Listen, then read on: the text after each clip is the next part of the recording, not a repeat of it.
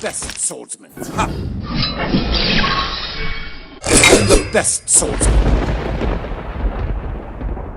Hello and welcome to the Best Swordsman series. I'm your host, LCFR, and today we are getting into the event with one of my favorite warlords, Lucius the Eternal. I've so far tested both Satisfaction and Perfect Ambush with great success on a single ticket. I'm ready to put 10 tickets into either of them, honestly, but for now I'm going to highlight each deck list, do a quick sample of a game running on each, and just go into, briefly during gameplay how they tick, and also go over a major turn 1 Emperor's Children misplay that you might be doing and not really being aware of how it costs you games, and I'll showcase that as well. Thanks for tuning in. Enjoy, and remember, kill all loyalists. Death to the false emperor. This is the Perfect Ambush deck list. I picked it out because it is chock full of almost all of the Emperor's Children troops that are played and ranked. They're all very strong. They tend to have perfection, and I thought that was strong enough to afford not having Pride of the Emperor. It's got Tiberlan bikes, which if you can stick them on turn 2, you can win a game quite easily with them. Unbreakable Focus can turn your little troops into big troops, and almost unstoppable ones often. Relanor is a finisher, is durable because they're a vehicle, and is almost a third Unbreakable Focus. And then we've got weird little tech like Darmosian, who's just to help you hit those even energy costs. Good cards.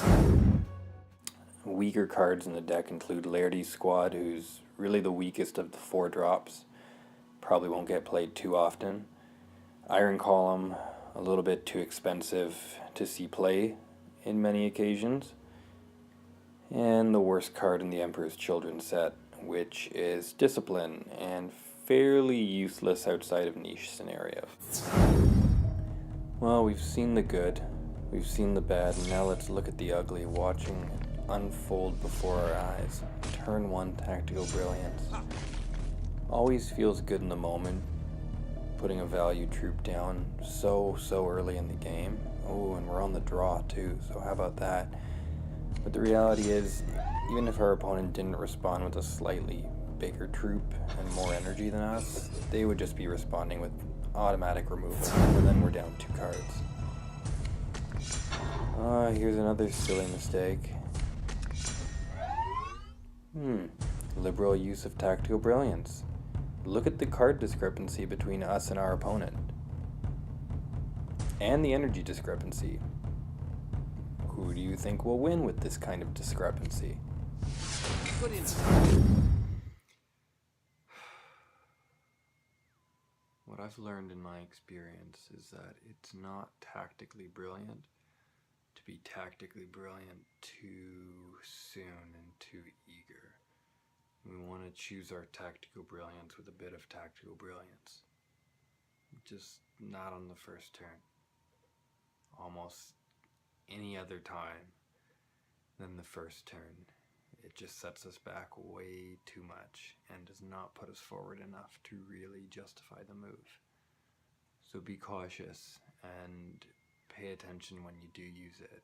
Really see if it leads to an advantage that you can keep, or wonder if you were just better off playing that troop on curve and holding that tactical brilliance for a very special occasion, like turn 7 or 8.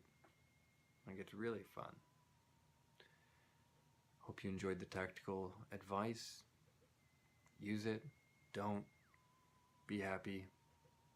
Just go kill some loyalists.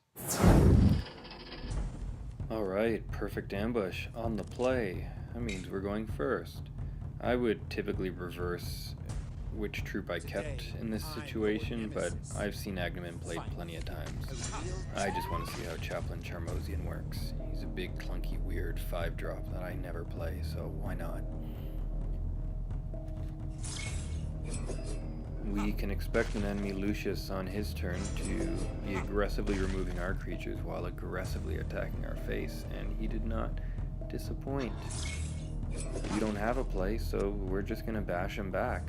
That's kind of the beauty of Lucius. When you don't have anything to do, just buff up and go punch something. He's done the right thing playing Tiberlan bikes on the draw here. He does know, I'm sure, that they'll be killed, but you've put me completely off curve, not able to play one of my 4 drops because it's just that vital that I kill the bikes.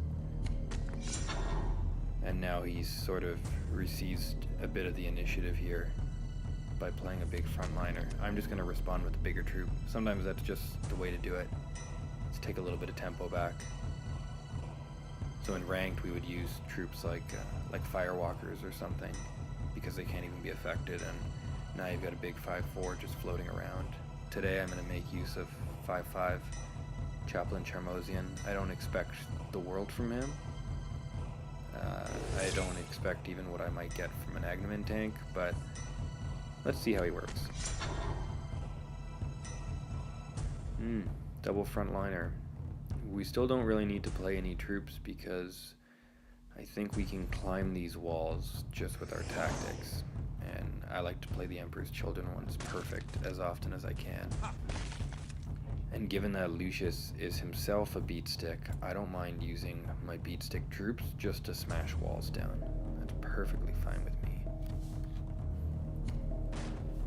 Yes, the chaplain's been removed. No, he didn't get to use his backlash. I don't think I've ever seen him really benefit from his backlash, but that's okay. It took 2/3 of his energy on that turn just to remove the creature and lay a pretty insignificant troop in front of us who will just steamroll over. And you'll notice I'm still not even playing my perfect troops because I want to play them perfect. I really do. I want to play them perfect or not at all. I mean, if they were the only troop for me to play, fine. Wait a minute. What? Go back. Go back. Why didn't you attack? I always have to explain this to my aggressive alter ego. I didn't attack because that would have put me within lethal range of... Guess. Guess what it is. Yes. Yes, if I attack and go to 8 life, I'm within lethal of Pride of the Emperor plus enemy Lucius attack. I don't need that. And you can see he's not attacking either because he's also conservative of... maybe a little bit too conservative for how much damage I could put out. I don't know, about 12 damage this turn. But it's possible. I mean, we have a fair bit of reach. I'm going to try and mitigate that reach by just stunning him. Forget a frontliner. A stun's a little harder to remove than a frontliner, I find. And given that, I'm pretty confident he is packing Pride of the Emperor, not Pride, Tactical Brilliance, jet bikes, or anything crazy like that. Pretty confident it's just Pride. And I'm willing to take a gamble on that. If you want to be more conservative, stay at 10 life. I'm not your mom. But we're here in a happy situation where we can just juice up enough strength in between us and our troops. We're sailing. That was perfect ambush. What else we got? Captain of the 13th. Has a command post in it. I don't want to play it then. What else we got? Satisfaction. Well, on top of really liking the name, I see Pride of the Emperor, Goldstone Hunters, Idakin Squad, and Concentrated Fire, so it looks kind of aggressive and kind of my style. I will ignore the 2 disciplines and the awkward Judicious Squad. I'll just pretend I didn't even see them. Let's get her done. Oh, the Judicious Squad I'm trying to ignore in my starting hand. Oh, Manifest Destiny. Good card, just don't want you in my starting hand. I'm going to try and play my perfect cards as often as I can perfectly, especially the little ones, since they just lose value as the game goes deeper and deeper. If we play everything on curve, everything will be fine, as long as our opponent lets us. Now we're dealing with Audic Moore, who is an Iron Hands warlord that freely provides drop pod to his troops for an activation. It makes his troops a little bit more durable. It unfortunately causes us to slow down our assaults since we don't trigger our own battle honor, bumping into drop pods. So don't try it, you don't have to test it, I've already done it. It doesn't work. No honor in killing drop pods, it's just metal and stuff. There is a lot of honor to getting juiced up on concentrated fire and just swinging for lots of damage. This was a bit over the top to play concentrated fire. It could have been saved for later. I find there's not too many opportunities where you've got 3 troops stuck on the board, so may as well make the most of it. Oh look, I used video editing to skip my opponent's turn.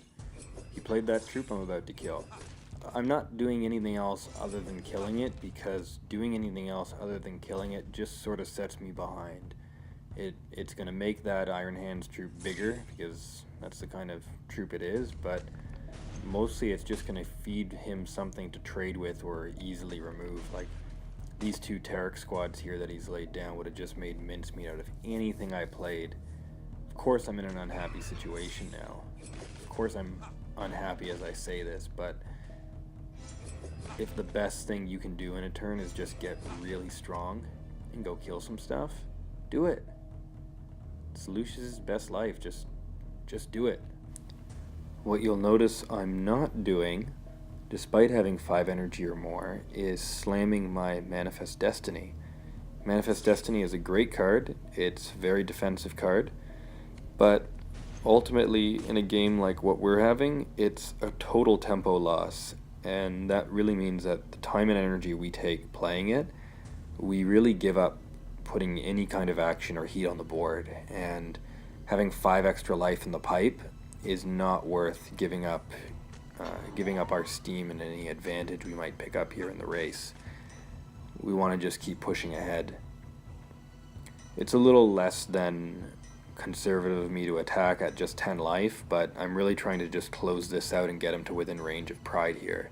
And I don't believe that he's got lethal here, even with the Iron Hands finisher, which is Ferrum.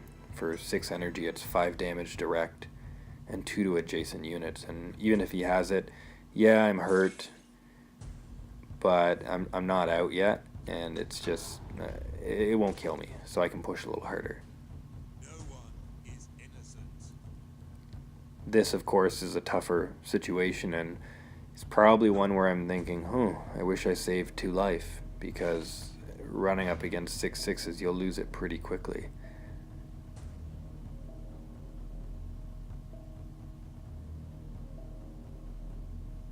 And in my haste, of course, to try and race him down to being within range of Pride, I've had to sadly give up my Pride.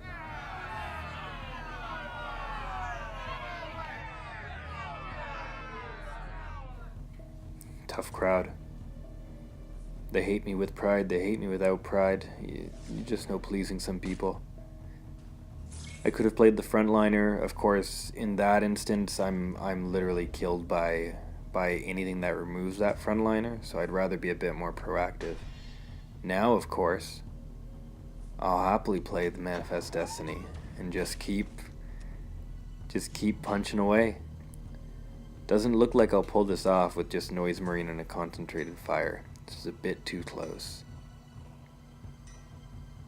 The longer this game goes and the closer we are in life, I've got quite a bit of reach. You know, this next turn, think about it, I'm +5 strength if I want to be. And he's forcing some very, very interesting decisions on my part here. Of course, when you're facing this particular Iron Hands troop, you need to be careful to time your plays, because it is getting bigger every time you play your own troop. So you'll see I've nearly played the Noise Marine, but held off because that would have just been ruinous for me.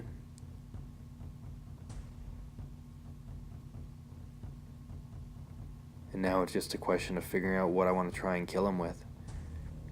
And usually the best bet is the bigger troop. And there it is, finally decided. As nice as it would have been to have the Noise Marine out, that toughness 4 is just not durable enough to close this game out. Whereas a 6-6, especially a 6-6 that's a vehicle, he'll be okay. I know there's one Iron Hands out to this, but it's just a question of whether he's got it in his tiny hand of 3 cards. That's a big troop. We are fortunate in that we drew right into exact lethal. Don't know how well we would have fared without that, but the gods love us. Now we're going to count to 5. Is a slight against